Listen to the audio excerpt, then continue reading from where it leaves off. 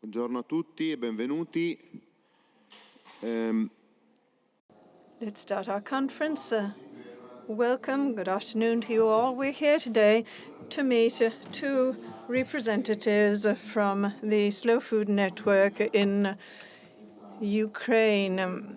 We've called this meeting Together for Slow Food Communities in Ukraine, which is also the name we've given, a very simple name we've given to a slow food campaign,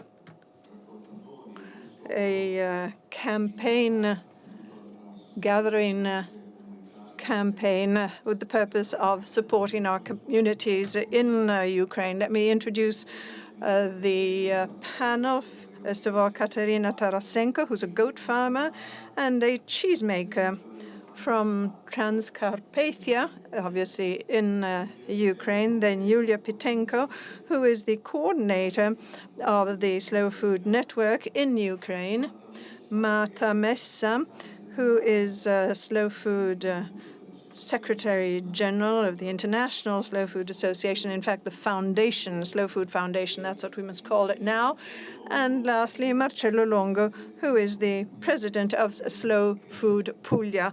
And we'll be discovering why the president of Slow Food Puglia is here at this meeting, which we're talking about. Ukraine today is September 24th. It's exactly 7 months today that the war started, 24th of February. I remember that morning very well. I woke up and I read the terrible news that no one imagined would ever have happened, because the papers told us that in the long run, probably this wouldn't have happened, that it was just a menace. But regrettably, it's happened, and obviously it's been a shock for us all. But it's also a few hours later that it also was an opportunity for us to think about our network in Ukraine. We are very present in Ukraine, as Marta will be telling us, but immediately our thoughts went to the Ukraine that led to a number of initiatives we'll be telling you about later in today's meeting. We'd like to give you two perspectives on this story. On the one hand, how we developed this campaign and what it consists in terms of the involvement of Slow Food's involvement worldwide, but also in its support to the slow food communities in Ukraine, and therefore materially what the Slow Food Network has done. But on the other hand, we'll also be trying to give you a very up-to-date overview, a very direct overview, because Yulia and Katerina are direct witnesses of the situation, not only of the slow food communities, but also all these small producers, the activists, the cooks, all those involved in good fare and clean food. The Slow Food Network was very dynamic in the Ukraine before the war. This dynamism has seen a slowdown, but it's starting up again. And it's also, as Yulia will be telling us, it's one of the elements that are helping them move forward. But at this point, I'd stop and I'd ask Marta Messa to give us a general overview on opening and tell us something more about how our campaign developed, and give us perhaps some figures and give us some idea of what it means to be a global network, which entails that when the need arises, its voice is heard. Thank you. Thank you. This is, well, it's a very important event, and it's very important for me to have Yulia and the Ukraine delegation here with us at Terra Madre. We're 20 delegates in Ukraine with lots of activities here at Terra Madre, too. And obviously what's happened in Ukraine has been something we were terribly impressed by, and we obviously were directly in touch to try and hear through Kalika how we could offer support and help. And there was already a lot of activity. There were already 12 communities, 19 very active cooks, and a lot of Ark of Taste work had been done with 60 products that had been nominated to the Ark. And so this just to give you some idea of how active the country was. And how to say, the thing that struck us most was the courage of the Ukrainian network. First of all, Yulia's courage, because she coordinated the work. It's also the courage of the country, where many of the producers have decided not to leave the country. They've stayed put because they feel responsible for advancing biodiversity that's so important for us. It's food, but also cultural biodiversity, traditional biodiversity. That's also important for our community and also for the health of the global food system. And so, yes, with Yulia, we imagined we could develop two actions in particular. First of all, to produce the producers who decided very courageously to remain in the Ukraine despite the very difficult situation. They wanted to ready for the harvest and then the sowing season. And so that was the first activity, try and give them very practical support. You'll be telling us more about this. And the second was that of welcoming those who needed to flee from Ukraine, perhaps receive slow food producers in the homes of European producers. Actually, this only happened in 2 cases because of the great courage. All the producers really went back to their homes, to their farms in Ukraine. And so the second arm of what we wanted to offer that also had difficulties because bureaucratically wasn't all that easy. But as I was saying, it only occurred in 2 cases because most of the other producers preferred to return to Ukraine. So we launched this fund gathering campaign. In very little time, it was very successful. In little time, we collected 44,000 euros from 7 different countries in the world. And this shows one what it means to be a network. On the one hand, there was the Ukraine network that was determined, that was courageous and remained on its land. But there was also, on the other hand, the World Slow Food Network that did something to try and make a small gesture to support the Ukraine colleagues. And so the importance of being a network emerged from this campaign. And I think there's another important message here. We're using food as a bridge for peace. That's one important, it's become something of a refrain. It's something we've continued to say, not only because of what's happening in Ukraine, because unfortunately there are many, many conflicts elsewhere in the world. Some of them are invisible, like, for instance, the indigenous populations' struggles. Their livelihoods are also at risk. But food is certainly an instrument of peace, which we see from the situation in Ukraine. And the amazing thing is that this Ukraine war has led to great concern about a global food crisis. But the problem wasn't the war per se. If there was a crisis, it's because there is a food system that's always on the verge of collapsing because it's not sustainable. It's systemically in a situation of peril.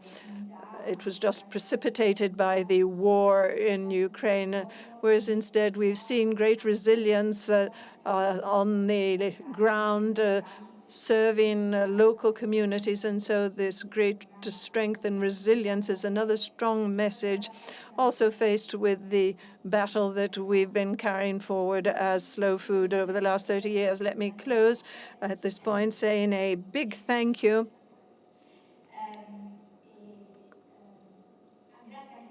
Thanks also to all those who supported the campaign.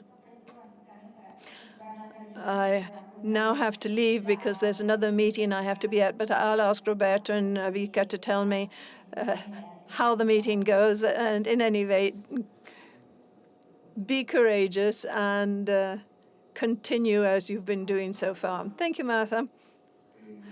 And thank you for your testimonial. Obviously, considering your role, it's something you've presented on behalf of all of Slow Food International. So, Julia, it was the 12th of March then we were in touch for the first time, and Julia was already in touch with Vika. She'd been in touch with her for quite some days. She'd already told her about the situation. Vika had already prepared us, but I was feeling rather emotional because I didn't know what you'd be telling me and what I'd be able to tell you. I mean, just imagine you got to have a call with the leader of your network who finds herself in a country under bombs, under the menace of war, and you've got to make the call because you've got to try to be useful somehow or other, and you have no idea of how you can be useful. And Julia immediately made it clear to me in just 1 minute. She'd already explained everything that had to be done. She already had everything clear in mind. She'd already heard about all the contact persons in the Ukraine, and she'd practically told me what we were to do. You can do this, you can do that, you can deal with this, you can deal with that. And she made it all much easier for us. And we then tried to do what she was asking us to do. But I must say, she was and is quite extraordinary, so much so that in July this year, when we celebrated the World Congress of Slow Food, the one during which we elected Edi Mukibi as president and Marta Mesa as general secretary, we handed Julia a prize. We awarded her a prize in memory of Ursula Adson, one of the great leaders of slow food. She was president of Slow Food Germany, part of the international board. She was a very strong, powerful woman. We thought it was another powerful woman who was to take her place in some way. So, Julia, perhaps at this point you can tell us something about these 7 months, and especially during this first part of our meeting, you could tell us something about these 7 months of work with our network and with the aid that we're trying to send you. What have you managed to do? What's been happening? And then perhaps we can broaden our gaze to a more general situation. Thank you, Roberto. Thank you to Martha, too. Even though she's left, I'm delighted to be with you here and to be able to speak to you all and see our friend Marcello Longo. Thank you also to my life that allowed me to meet Katerina Tarasenko. We only met thanks to the campaign. And now to our stand, the Ukraine stand, is the logical continuation of the campaign. We were able to bring our delegates thanks to your support. And I'd also like to invite you all to our stand to see who we are, what products we've brought, and show you that Ukraine is alive, it's resisting, and has wonderful products to offer. But it's true, on February 24th, we had a terrible shock, a total shock. Then another 3-4 days were days of total chaos, because it seemed to us that we were in a sort of film. But in actual fact, we realized it wasn't a film. It was a war. It was a war with bombs, missiles, explosions, people dying, some people you knew who'd been killed. It was really a tragedy, a drama. But nonetheless, one's mind keeps working, structuring things, and you realize that your kids are in a safe place, and you can move on and think about others too. But what's the problem in this transition period between the winter and the spring, between February and March, is a very tough period for farmers, for breeders, goat farmers, shepherds, because it's the time of the year in which they're coming to the end of their stocks, and then they have to buy new food for their animals. And at the beginning of the war, they had no possibility whatsoever to buy straw, or hay, or food. And I was on the phone with everybody, and I realized that we were at a point of no return. If we'd waited another 2, 3, 5, 6 days, we'd be losing our animals, our local breeds that we've protected these last few years. We've found them, we protected them, we've created dissemination, awareness raising, and we started this journey of ours of supporting these breeders, these farmers, and we risked losing them forever.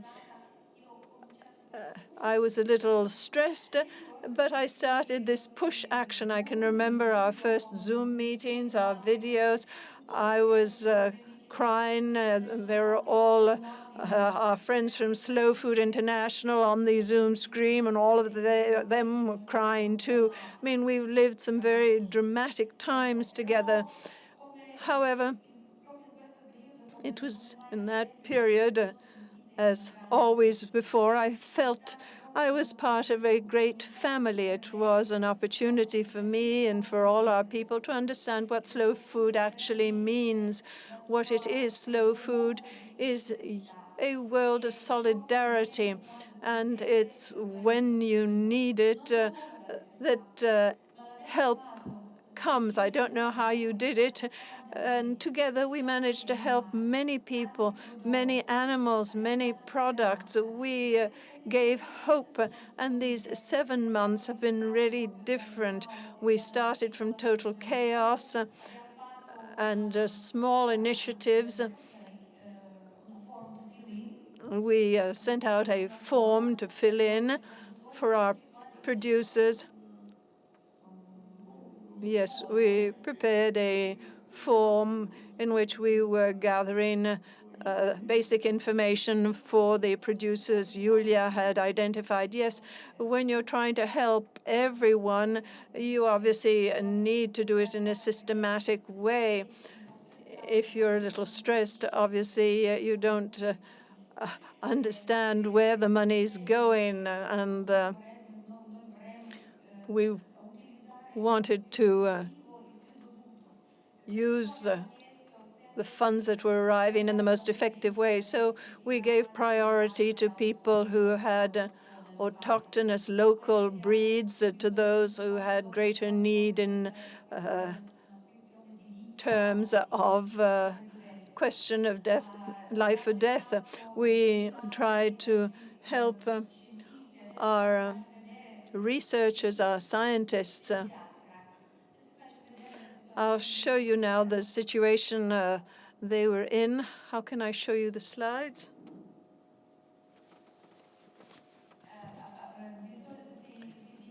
Generally, you start with a thank you, but in this case, we start with a thank you, really heartfelt thanks. So here,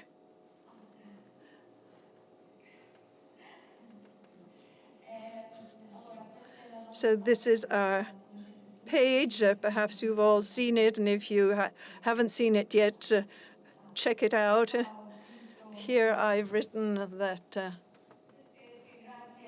it's thanks to the prompt response of the international slow food community to the war in Ukraine that we've been able to save species, breeds, traditions. We've helped people and animals to survive. And we also were able to shorten the distance between farmers and consumers, creating direct sales between them. And since the situation hasn't yet been solved, and sadly the war continues, we realize that it's not over. And so we continue with our resistance, and we try to keep moving on. Here you see a Ukrainian field. Here's the most fertile, the famous Ukrainian soil, but you see here the holes that are the result of the bombing. Sadly, this is our situation, and sadly, that's what it still is. Here, this is Sergei. He's a biology specialist. He works in a genetic bank in the Kharkiv area, and he, in peacetime, he was and still is in charge of sowing that are part of the gene bank. Every year they have to sow and grow and harvest. Yes, it's a sowing season that has the purpose of preserving the natural Ukrainian varieties. This is the situation, however, in which his institute is now. It was bombed in April with a very focused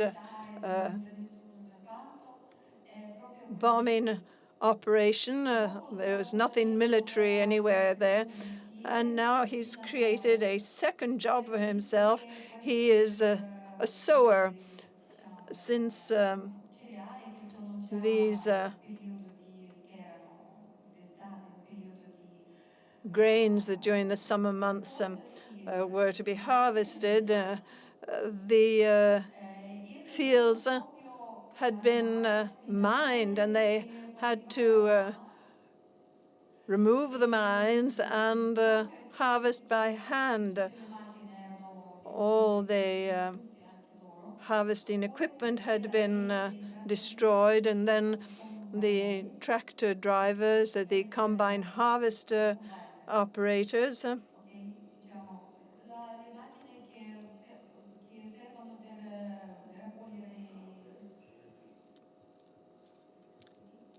the harvesters, the combine harvesters, the workers were afraid to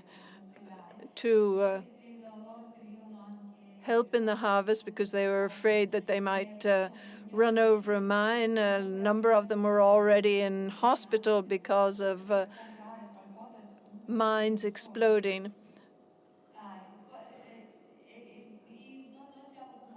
And in any event, we're very happy because we were able to help this institute of Yuryev's, but also other institutes that deal with oils, vegetation, various types of vegetables.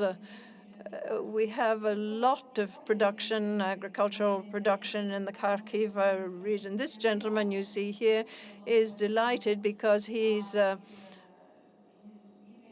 person who lives in a village near Kiev.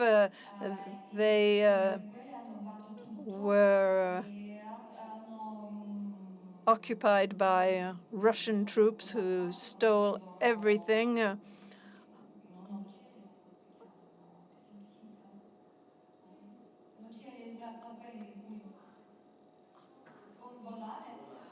He had poultry. They'd stolen all the poultry, and nothing was left after the Russians had passed through the area. And so what did we do? We brought 4 different breeds of Ukrainian poultry. We also brought incubators to get the poultry production starting again, producing eggs and producing new animals in a way to preserve the breeds that were at risk of extinction, and we'll be going to visit them shortly. This is the hay. It was the big problem we had at the beginning of spring, but now winter is coming again, and we have requests from our slow food friends, those who are still in an occupied area or those who are on the front line,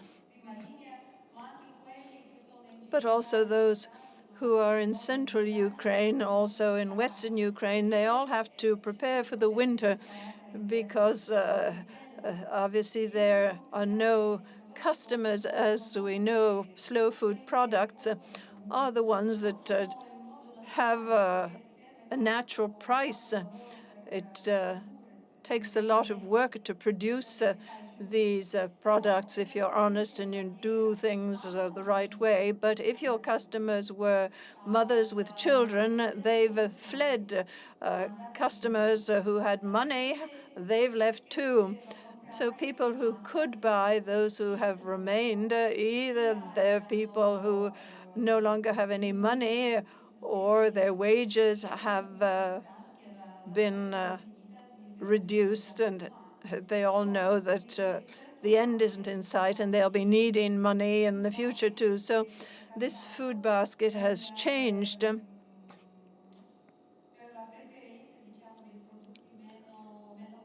And people are now choosing less expensive products. Our products are all heroic, certainly, but they find themselves having to gift their products because they have a warm heart too, and they want to help people. They want to help people who have to move west, our refugees, yes.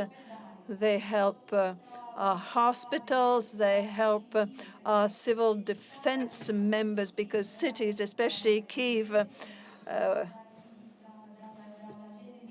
defended by the Kyiv population, the men of Kyiv, because the army had other things to do, and it's our husbands who must defend the city. And it's thanks to all our farmers, thanks to our producers around the big cities. They needed to eat, and so we would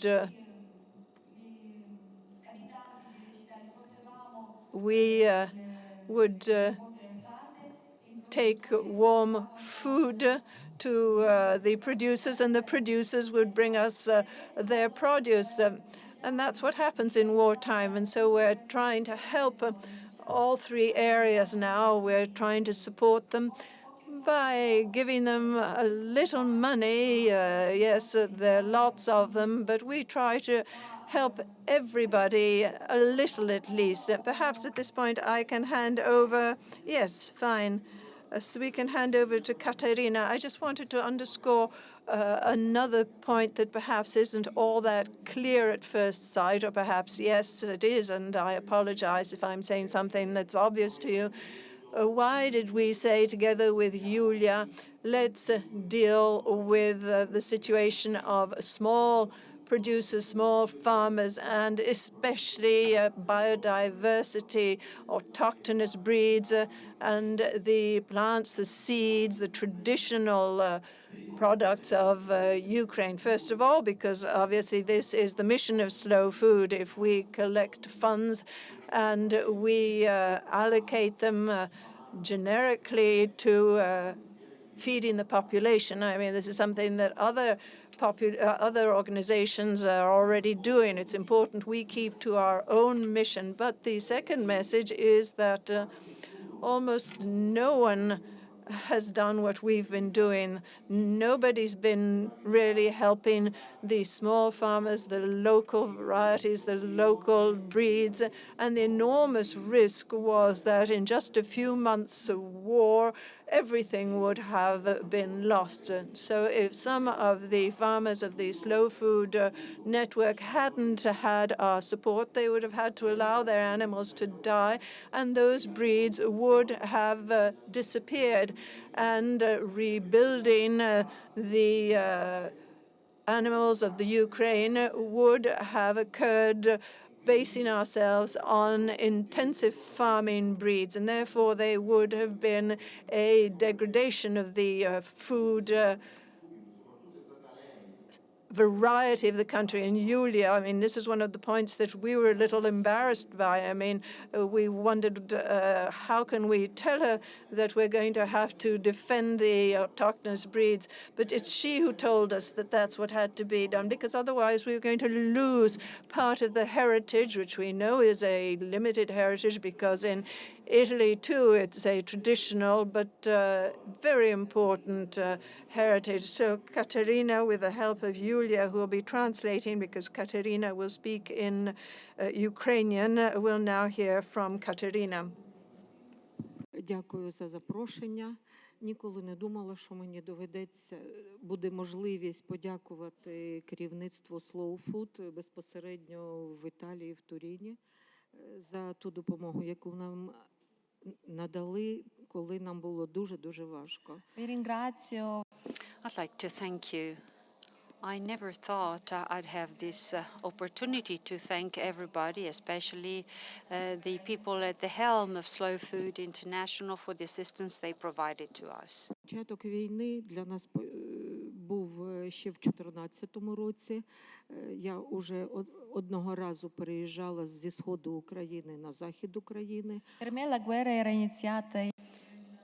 To me, war had begun in 2014 because I lived in the area of Donetsk, where I had to move to the west of Ukraine. Дійшли до 130 тваринок.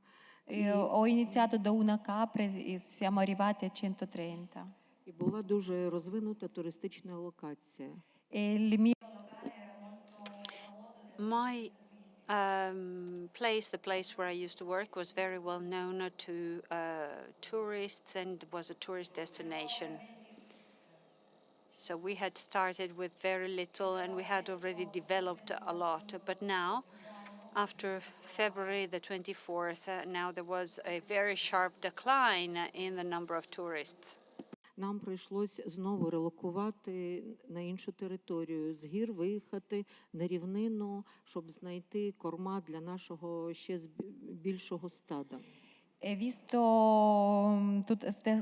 questa situazione And given the situation, we had to relocate again from the mountains to an area that was in the valleys where there's more food. There was more food for our animals, and we all hoped that there would be a better opportunity to resist. Була земля, але погодні умови в цьому році, наприклад, не дозволили нам достатньо заготувати корма для наших тваринок. ci siamo So we found ourselves in another rather difficult situation because also the place that we moved to wasn't ready to accommodate us, and the winter was pretty cold, and also the beginning, early spring, was very chilly, and we didn't have an opportunity to find a place for our animals.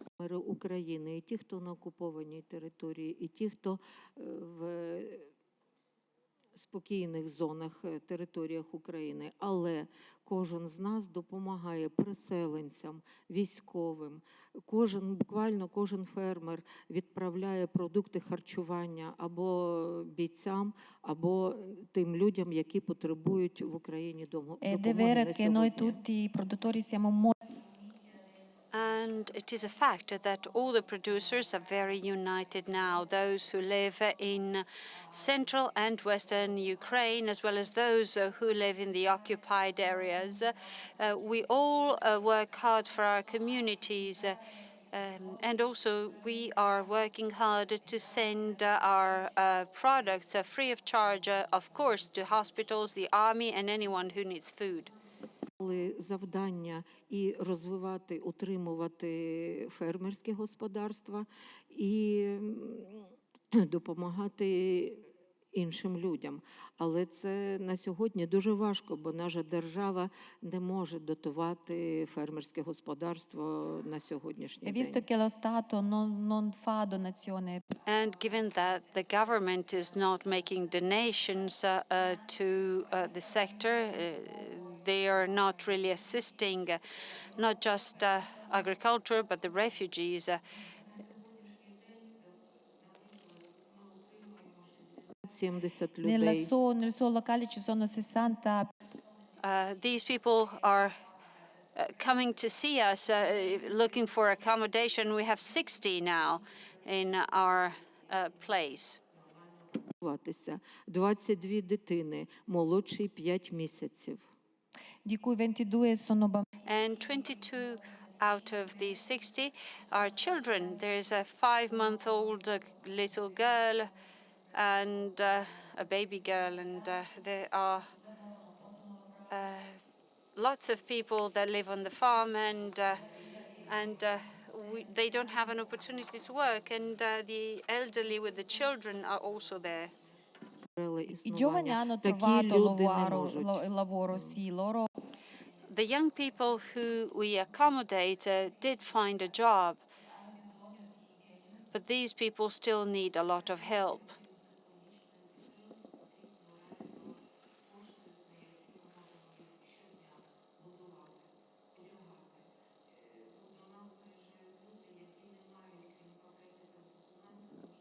da noi Шорти, arriva шльопанці і la футболка. Now gente we receive people from eastern Ukraine who are just carrying a small bag with their documents, their papers. They only have their IDs. They only have very few moments to escape when the army comes, and so they have to leave everything as is.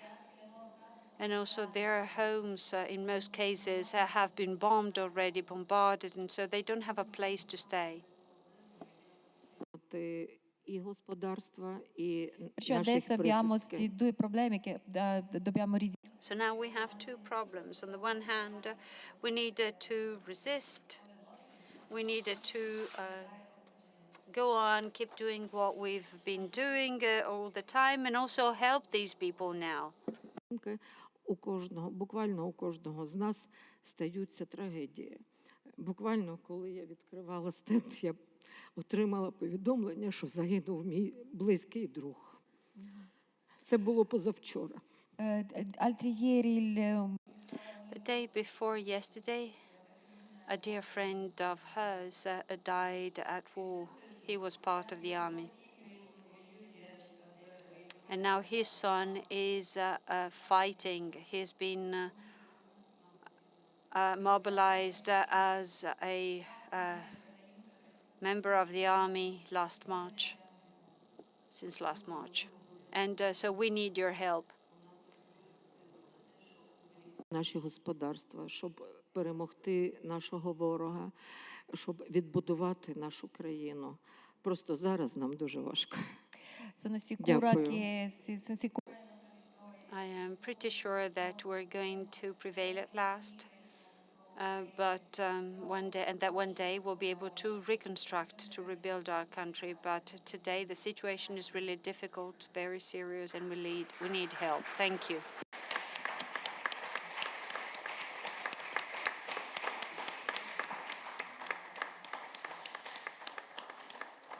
Grazie Caterina per Thank you, Katerina, for bearing witness to the facts and also for accepting our invitation to come to Turin to participate in Terra Madre and therefore to become finally part of this network of ours where we hope we can provide help even when the emergency is over and when we have an opportunity to rebuild, you have an opportunity to rebuild your country.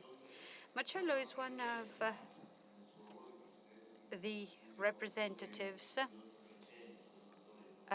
of the over 300 donors that this campaign has gathered from all over the world.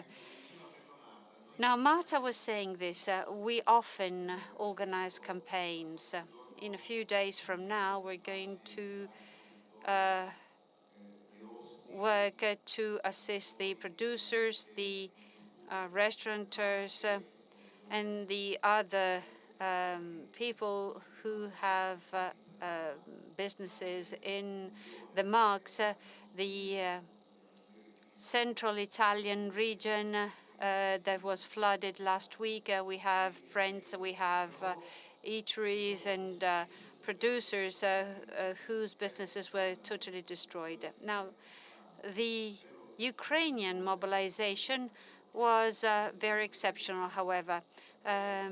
So it went beyond our expectations because this war that comes to Europe and the fact of knowing that we have our brothers and sisters from the Slow Food Network being affected by this war is a very special fact. So how did you mobilize? How did you make sense of what was happening? Thank you. First of all, I'd like to thank you all, and I would like to thank Julia, because we immediately got along. My mother used to say that if you saw wind, Certo, non mi immaginavo. you gather, you harvest storms. And so if you start a war, you have to pay the consequences of it. And a war close to us requires us to take instead positive action. And despite everything, we in Apulia have always been very close to every single slow food campaign because we feel a community just like many others around the world. And so we can't we can't do anything that wouldn't work for our communities. So we, in Apulia, we thought immediately of taking action, and we won't stop here.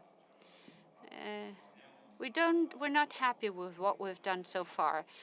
We want to go on because I do think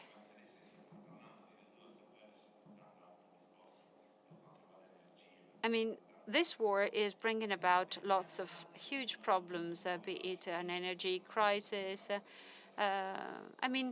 Think of what would happen if we could no longer brush our teeth, do the regular things that we were doing every single day. So we thought of Ukraine very dearly. We thought of their situation, the fact of having a house, a home that you have to leave overnight. And we thought that it could be the same with us. So what if it happened to me, we thought. Now, here we are at Terra Madre with a big stand, a big booth that was sponsored by the Apulian region. We are asking for some money to take care of emergencies. Now, in Apulia, we built, we were contributors and adopters of 50 of the vegetable gardens that were built that were plowed and created in Africa. And we're going to do a lot more. There will be an effort to also help people in the Marques because we realize that these negative situations, the negative circumstances, we would like not to be exposed to them, and so we help others who are suffering from them. I think that each and every one of us has a moral obligation to stand by our brothers and sisters who are suffering and who have to face huge problems. I'd like to thank Slow Food for giving me this opportunity. I'm a slow food man in every respect, and so long as I live and so long as I'm slow food activist, I'll keep providing my contribution, because this is what slow food stands for: a big family that is not abandoning the people who belong to our communities around the world. Thank you. Thank you. Thank you very much, Marcello, because the spirit you have conveyed is the right spirit, the true spirit of slow food. We still have 10 minutes before the next conference, and so before when we will have to leave this room to others. But while we're still here, okay, first of all, let me mention this. Tomorrow at 4 p.m. at the stand of the University of Gastronomic Science, there will be a presentation of the work done by the Slow Food Network in the Ukraine with the university. This activity has consisted in categorizing and writing a list of the products of the ARC in the Ukrainian territory. So if you want to learn more about this situation, please join us at the stand, at the booth. Now, before the war, the country was very dynamic. The new cuisine of Ukraine was very lively, effervescent. We were talking about chefs in Kyiv, Ukrainian chefs, and we were working on many fronts. So we would like to use the last 10 minutes, Julia, to tell the people here about this activity that has come to a standstill. What was it about? What are the prospects that you see? Andrea Pieroni, who will attend this conference, a professor of the university, when he talks about the Ukraine, he is saying very fascinating things. Now, if whenever it will become possible, we'll visit Ukraine to get to know your products. But while this is still not possible, please paint us a picture of the potential of this country, which is now opening up to Europe with its gastronomy as well. Thank you very much, Roberto. I'd like to thank Andrea Pieroni, who's a big fan of Ukraine. It is true, Ukraine has an immense potential, and it is a potential that we're still in the process of discovering, just like many other countries. But it's like life.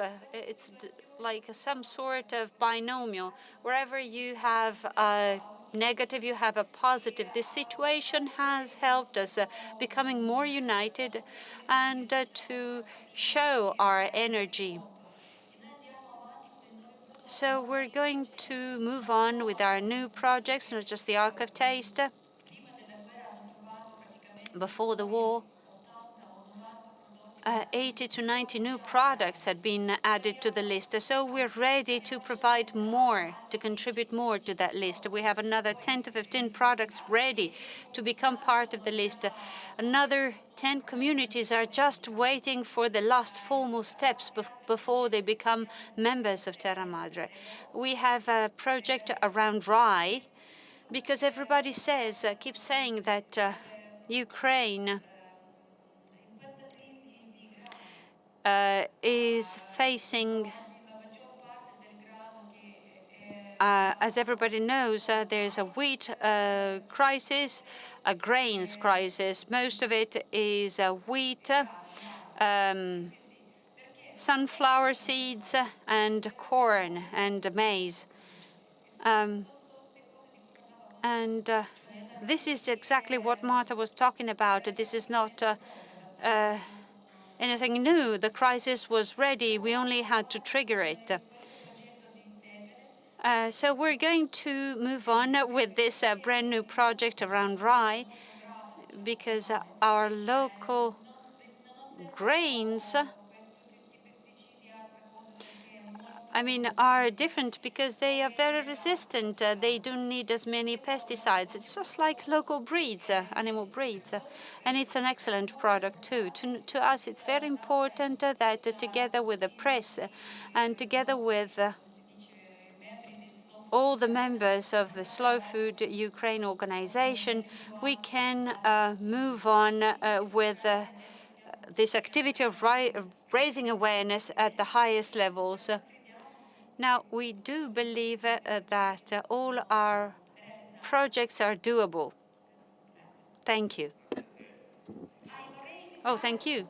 And I would like you all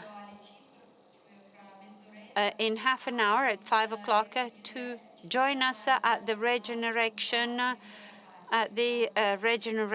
Hall, where Zakarpati will make a wonderful sweet for us, a wonderful bakery product for us. So if I think that war is death and destruction, if we want to defeat this culture of death and destruction, the culture of war, then the best way to do that is to fuel life, is to feed life. And what better to feed life than growing food, taking good care of our animals, taking good care of nature that feeds us. So it shouldn't sound strange that we devote so many thoughts, so much energy to continuing our investigations with the Ark of Taste in the Ukraine when the fields have been bombarded or are teeming with landmines, because that's the picture of the emergency, of the immediate danger. But the culture of war is defeated if you grow the food which stands for life. And hence we want precisely to do that in line with our philosophy, because we are convinced that whether during a war or at peace, now is the best time to create our future. So it makes even more sense, actually, to defend biodiversity in the Ukraine than in Italy at the moment, because we need that. Of course, we do need that in Italy, but it is evident to everyone that they need it more badly. Now, as Marcello pointed out, let's continue our work, but part of the work we do should be done for them. And another principle that Slow Food maintains is that of fairness. There's no fairness if in the near future we find ourselves where part of our Europe, not the political Europe, but the geographical and cultural Europe is lagging behind because of a war. So if we can help them regain the ground they will have lost, that will benefit everybody. And that is the meaning of everything we're doing here, and that we will continue doing. So we're very proud of the Ukraine, and we thank our Julia. Let me finish with a final statement. In these difficult times, I have lived on my dreams. And so these dreams have kept me alive. And I thought of the Black Sea and the beauty of our land. And please come and visit, look at the sky, to look at the sky of the Ukraine, a starry sky. These dreams help us a lot. That's why we're so strong, so resilient. Thank you, everyone, for helping us.